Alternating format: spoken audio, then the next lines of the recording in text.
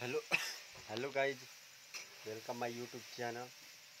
Cooler sale भाई इसमें बामाजा ये सॉन्ग आप लोगों को देखने को मिलेगा। काको बालामुआ का ये आप लोग को बता दें, गुंजन सिंह का भी एक सॉन्ग आ गया है जो यहाँ देख सकते हैं।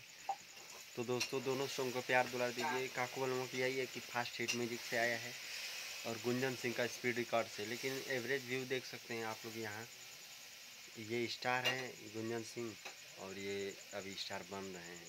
तो दोनों स्किन का व्यू तेज़ी से भाग रहा है। आप लोग किसके फ़ैन हैं ये भी बता दीजिए। आप लोग किसके गाना सुनते हैं जल्दी बताइए, और वीडियो को ज़्यादा से ज़्यादा शेयर कीजिए, लाइक कीजिए, कमेंट कीजिए। आप लोग अच्छे हैं, अच्छे रहिए। हमारा न्यूज़ पाने के लिए हमेशा चैनल से जुड़े रहिए। चैनल को सब्सक्राइब कर दीजिए, बेल आइकन प्रेस कर दीजिए और जल्दी से फास्ट हिट म्यूजिक पे जाके आप लोग देख सकते हैं वीडियो जो आया है खेसारी लाल यादव की आवाज़ में काको बालामुआ का सॉन्ग।